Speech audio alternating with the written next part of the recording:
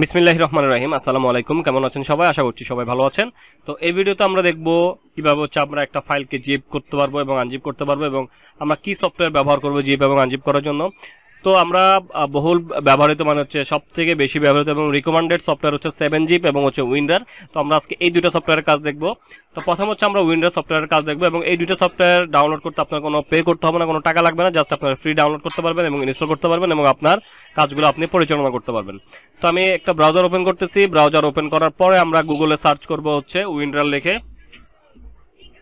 তো just winder লেখার পর আপনি কিবোর্ড থেকে এন্টার করবেন। এন্টার করার পর দেখতে পাচ্ছেন প্রথম যে ওয়েবসাইটটা আসবে www.winrar.com। এই ওয়েবসাইটে যাবেন। এখান থেকে দেখতে পাচ্ছেন উইন্ডার ডাউনলোড ফ্রি সাপোর্ট। তো এখানে ক্লিক করবেন। এখানে ক্লিক করার পর আপনাদেরকে এই পেজে নিয়ে আসবে। এখান থেকে আপনাদের এখানে ভার্সন দেখতে পাবেন, দেখেন 6.11। তো এটা হচ্ছে লেটেস্ট ভার্সন উইন্ডারে। জাস্ট আপনারা যে কাজটা করবেন, এখান থেকে ডাউনলোড উইন্ডার এই বাটনটাতে ক্লিক করবেন।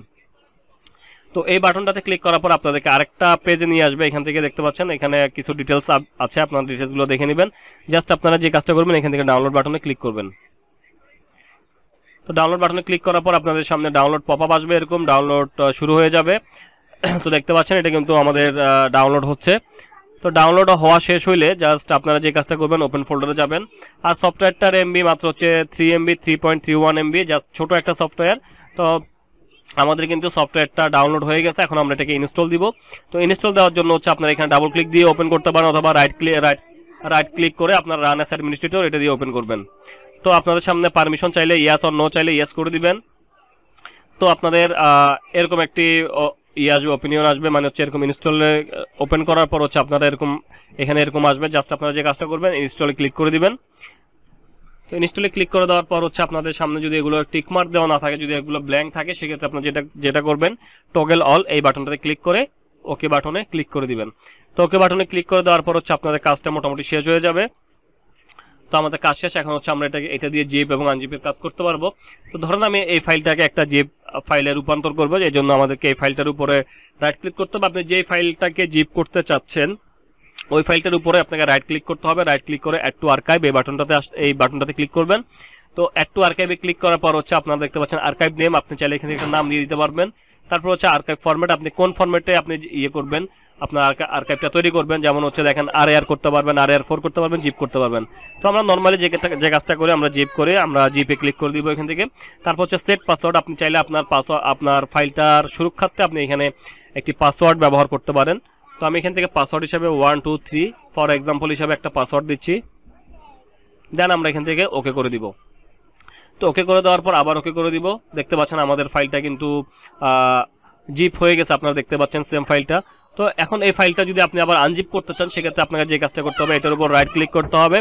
রাইট ক্লিক করার পর দেখতে পাচ্ছেন এখানে আমরা এক্সট্রাক্ট ফাইল, এক্সট্রাক্ট হেয়ার দিয়ে করতে পারবো, কিন্তু আমরা এটা না করে আমরা জাস্ট এটা দিয়ে করবো এক্সট্রাক্ট। তো এখানে যে আমাদের যে ফাইলের নামটা দেখাবে, আমরা ফাইলের নামে একদম লাস্টেরটা এক্সট্রাক্ট টু এটা দিয়ে করব।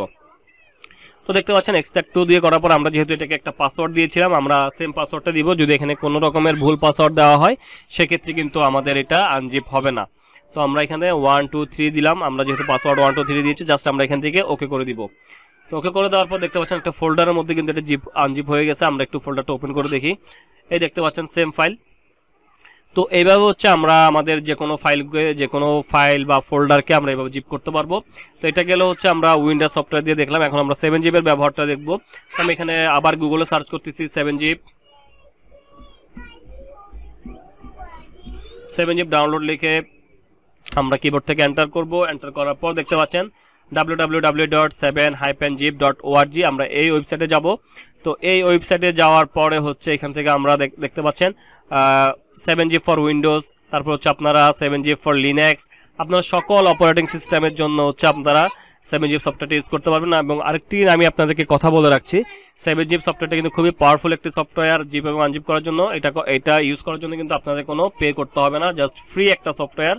তো আমরা এখন এটাকে ডাউনলোড করব। তো এটা ডাউনলোড করার পূর্বে আপনাকে দেখতে হবে আপনার অপারেটিং সিস্টেমটা, আপনার সিস্টেম মোডটা কি আছে। তো আমরা সিস্টেম মোড দেখার জন্য দিস পিসি বা মাই কম্পিউটার উপর রাইট ক্লিক করব।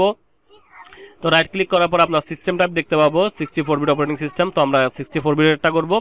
আপনার অপারেটিং সিস্টেম যেটা আপনি ওটা করবেন। তো আমি এখান থেকে জাস্ট এখান থেকে যে কাজটা করব 64 বিট আমরা exe টা ডাউনলোড করতেছি। এখানে অনেকগুলো ফরম্যাট আছে, exe আছে, MIS আছে, MSI আছে। তো আমরা জাস্ট exe ফাইলটা ডাউনলোড করব। এই জন্য হচ্ছে দেখতে পাচ্ছেন 64 বিট উইন্ডোজ। তো আমরা এখান থেকে ডাউনলোড বাটনে ক্লিক করতেছি। দেখতে পাচ্ছেন ডাউনলোড বাটনে ক্লিক করার পর এটা কিন্তু এটার এমবিটাও কম 1.50 মানে হচ্ছে 1.5 এমবির একটি সফটওয়্যার। জাস্ট আপনারা যে কাজটা করবেন স্টার্ট ডাউনলোড এই বাটনটাতে ক্লিক করবেন। ক্লিক করার পর আপনারা ডাউনলোড ফোল্ডারে চলে যাবেন। ডাউনলোড ফোল্ডারে যাওয়ার পর হচ্ছে আপনারা এটাকে ওপেন করবেন, রাইট ক্লিক করবেন, রাইট ক্লিক করে রান অ্যাজ অ্যাডমিনিস্ট্রেটর এটা দিয়ে ওপেন করবেন। পারমিশন চাইলে ইয়েস করে দিবেন। জাস্ট আপনারা যে কাজটা করবেন ইনস্টল এই বাটনটাতে ক্লিক করবেন। সো এটা ইনস্টল হয়ে গেছে, আমাদের আর কোনো ঝামেলা নাই। এখন হচ্ছে আমরা এগুলোকে ক্লোজ করে দিব। তো ধরেন এগুলোকে এই দুইটাকে আমি ডিলিট করে দিচ্ছি।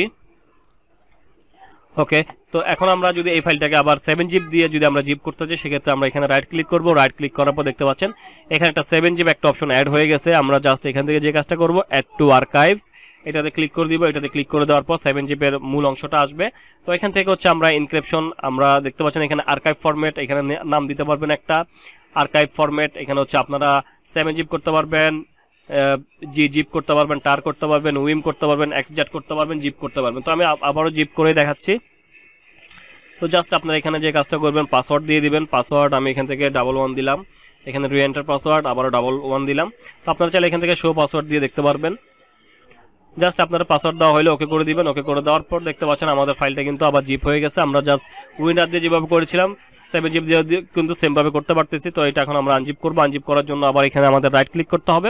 রাইট ক্লিক করে আবার 7 জিপ অপশনে যাব। 7 জিপ অপশন থেকে এক্সট্রাক্ট টু সেম উইন্ডারের মতোই এটাতে ক্লিক করে দিব। দেওয়ার পর হচ্ছে আমাদের পাসওয়ার্ড চাইবে, পাসওয়ার্ড দিয়ে দিব আমরা এখানে, জাস্ট ওকে করে দিব। দেন হয়ে গেল আমাদের জিপ করা এবং আনজিপ করা। তো এইভাবে হচ্ছে আপনারা এই দুইটা সফটওয়্যার ব্যবহার করে আপনার যেটা খুব ভালো লাগে আপনি ওইটা ইউজ করে আপনি যে কোনো ফাইলকে আপনি জিপ করতে পারবেন এবং আনজিপ করতে পারবেন এবং আপনার ফাইলটা সুরক্ষার্থে আপনি পাসওয়ার্ড প্রোটেক্ট করতে পারবেন। তো এতটুকুই ছিল আজকে আমার ভিডিওটা যদি আপনাদের ভালো লাগে তাহলে অবশ্যই লাইক করবেন, কমেন্ট করবেন, যদি প্রয়োজন মনে করেন আপনার বন্ধুদের সাথে শেয়ার করতে পারেন। এবং ইতিমধ্যে যারা আমার চ্যানেলকে সাবস্ক্রাইব করছেন তাদেরকে আমি অসংখ্য ধন্যবাদ জানাচ্ছি। এবং যারা সাবস্ক্রাইব করেন না যদি প্রয়োজন মনে করেন সাবস্ক্রাইব করে নোটিফিকেশন বেল আইকনটা অন করে দিবেন পরবর্তী ভিডিওর আপডেট পাওয়ার জন্য। তো সবাই ভালো থাকবেন, সুস্থ থাকবেন, নিজের খেয়াল রাখবেন। আল্লাহ হাফেজ, আসসালামু আলাইকুম।